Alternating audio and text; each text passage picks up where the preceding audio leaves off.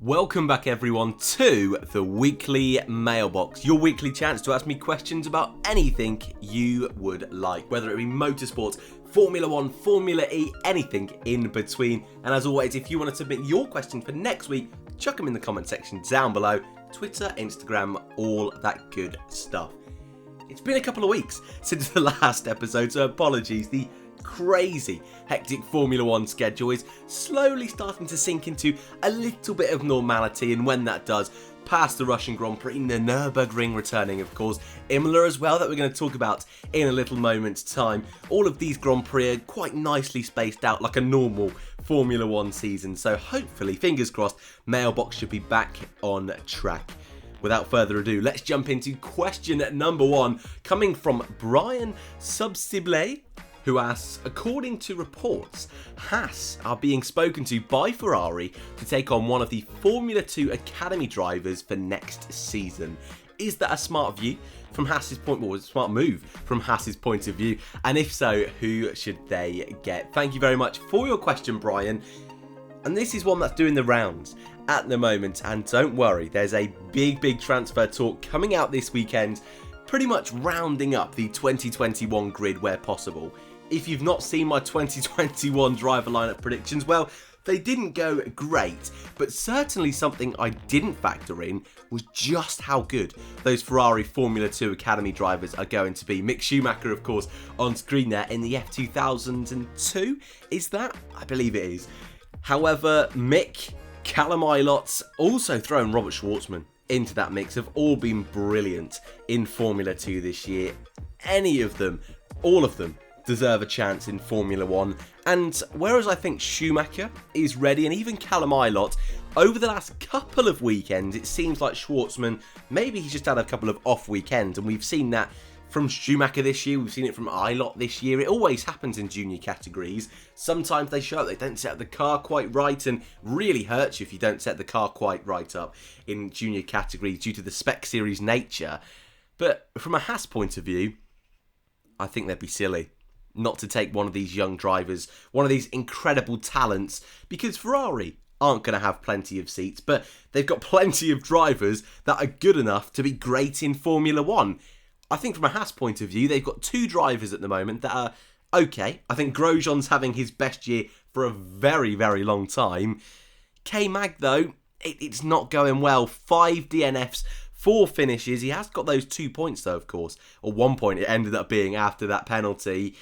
But for Haas, they need some fresh blood. They need some real talent in that car. World-class talent. And I think all those 3 drivers have the possibility to do so. My money, though, on Callum Ilott for that Haas seat next season. Second question comes from Max Williams. Why hasn't Mercedes renewed Hamilton's contract yet? Is there an obvious solution?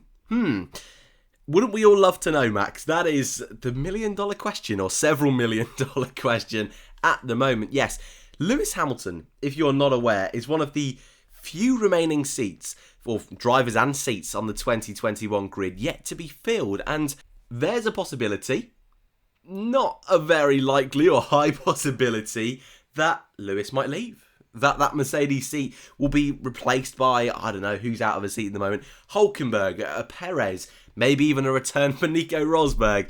All 3 very unlikely, but there's no contract at the moment. So I understand the confusion, Max. I think we're all in the same boat. I think the main thing for Hamilton is there's more important things on his mind at the moment, whether it's the BLM, whether it's concentrating on this year's Drivers' Championship, or even last week starting his brand new team in Extreme E. So I wonder whether, and of course a new Tommy Hilfiger launch as well, I believe, this last week. So there's been lots of things on his mind away from Formula 1. I think he's just trying to keep things as casual as possible as he can with the team. And I know it's ridiculous saying that with how much money's involved, but there's no rush. He's got the seat. Mercedes want him in the seat. I'm sure they'll do it behind closed doors, very undercover. If he wins the title, when he wins the title, I think they will then make the announcement they're signing him on for another couple of years contract, is my feelings, Max, on that one. Question number 3 comes from Zorro Bell. If Renault want to compete with the other top manufacturers, should they consider introducing a sister team to Formula 1? Thank you, Zorro, for your question. I like this. It's something... I think we've done questions similar to this in the past in the weekly mailbox, but when we've done it in the past, Renault have been trying to slowly fight their way back up to the front, not an established team in the midfield like they are at the moment. They've made big strides this year, and I know it's been inconsistent at times. I know it hasn't been incredible like they probably would have hoped 5 years into their plan, but they've got Ricciardo. He's been great. They've got Ocon, who's been solid. They had Hulkenberg last year, who's been solid. And before that, they were swapping and changing. Kevin Magnussen was in that car and Jolyon Palmer, bless him. So now they've got to a stage where they can attract top talent. Of course, next year Alonso is coming back into the fold with this team. And Ocon, like I just said, is going to be that solid, what you would imagine to be that number 2 driver. But the issue is they've got so many young drivers, so many talented young drivers, just like Ferrari. At the moment, I'd probably put Renault just behind Ferrari, but in front of Red Bull, in front of Mercedes, that's for sure. Where do they put these drivers? Because there is a chance that Christian Lundgaard, Guan Yu Zhou, it's outside chances for both of them, could win the F2 title this year and could find themselves without a place to go next year. Guan Yu Zhou, I think, is fantastic. So unlucky. There he is on screen. So unlucky. In Formula 2 he's been last year and especially this year. Some torrid luck. But I think the pace he's shown on the Saturday, especially in race conditions, is fantastic. I would hate to see him miss out on a Formula 1 seat. We've got Piastri, our F3 champion, of course. He's going to be making bounds towards Formula 1. Lundgaard as well, who won last weekend. Should have won the feature race as well, if not for a late red flag and safety car. So I think for Alpine, when they rebrand, they should consider it. They've got the talent. It's just whether they've got the funds to do it. But I think that would be a real nice next step for the team. Keep Ocon, keep Alonso in that top team, but give an opportunity for some of their youngsters. Love this idea, Zorro Bell. Question number 4, our penultimate question for today's episode, comes from Jens van Eek. Do you think Imola is going to deliver a great race like Monza and Mugello, or will it be boring? I hope it's not boring. I can say that much. It's one that's obviously having a lot of debate at the moment. A lot of questions on how suitable it is for Formula 1.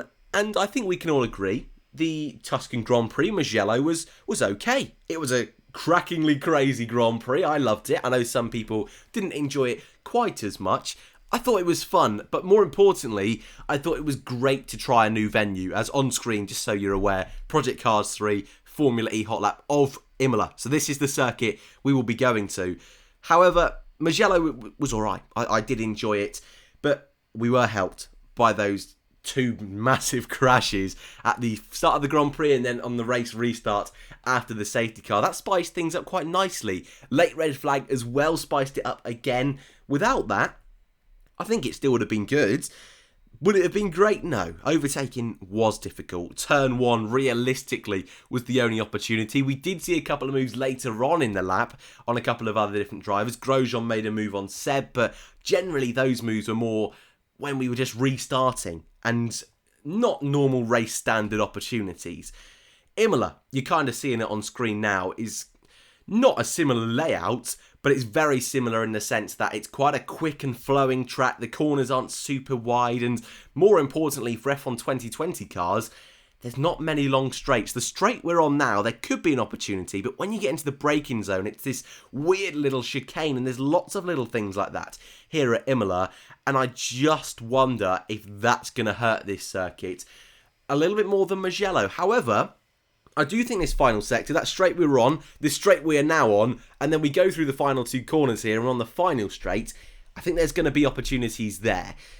More importantly, I'm happy we've got races. More importantly, what an opportunity to try Imola. It could be great. I believe it would be great in the 2022 cars. So if it's great in this season, happy days. And isn't it great to go back to Mugello in Formula 1's 70th year? And our final question, our audience participation question. So if you are new, this is your chance to give me your thoughts in the comment section down below. And I'm cheating a little bit. The question comes from Oliver Loveland, but I'm kind of doing this just to feel the waters a little bit, to see what you guys feel really about what is next for Sergio Perez. He's obviously leaving Aston Martin Racing Point Formula 1 team as they're currently known, being replaced by Sebastian Vettel, Vexit, as I'm currently calling it. And I think a lot of people are disappointed for Checo. I think that's a bit of an understatement for Sergio. He's been fantastic for that team. 5 podiums, 7 in his Formula 1 career. And he's certainly got the talent and ability to be not only in Formula 1, but at the front of the grid. Albon's got that podium last weekend, so I think any chances, however small they were, of getting to Red Bull are now gone. And it appears the only chances are at the back of the grid. Is that going to be Haas? Is that going to be Alfa Romeo? It's possible. But we've also got the likes of IndyCar on the horizon, a McLaren contract potentially in the works, and as far as I'm aware, McLaren are doing quite well in IndyCar at the moment. They've only just started up their team for this season. They've got Patrick O'Ward and Oliver Askew, I think, are their 2 rookie drivers, but Sergio Perez, what a steal that would be for them. I'm still not sure. I'm leaning towards Alfa Romeo, but this is what I'm throwing to you lot. So in those comment sections down below, let me know where Sergio Perez will be next season. And that is your lot for this episode of the weekly mailbox. As always, thank you very much for watching. If you want to give me a question for next week, chuck it in the comment section down below. Twitter, Instagram, all that good stuff. Thank you for watching, guys, and I hope to see you all in the next one.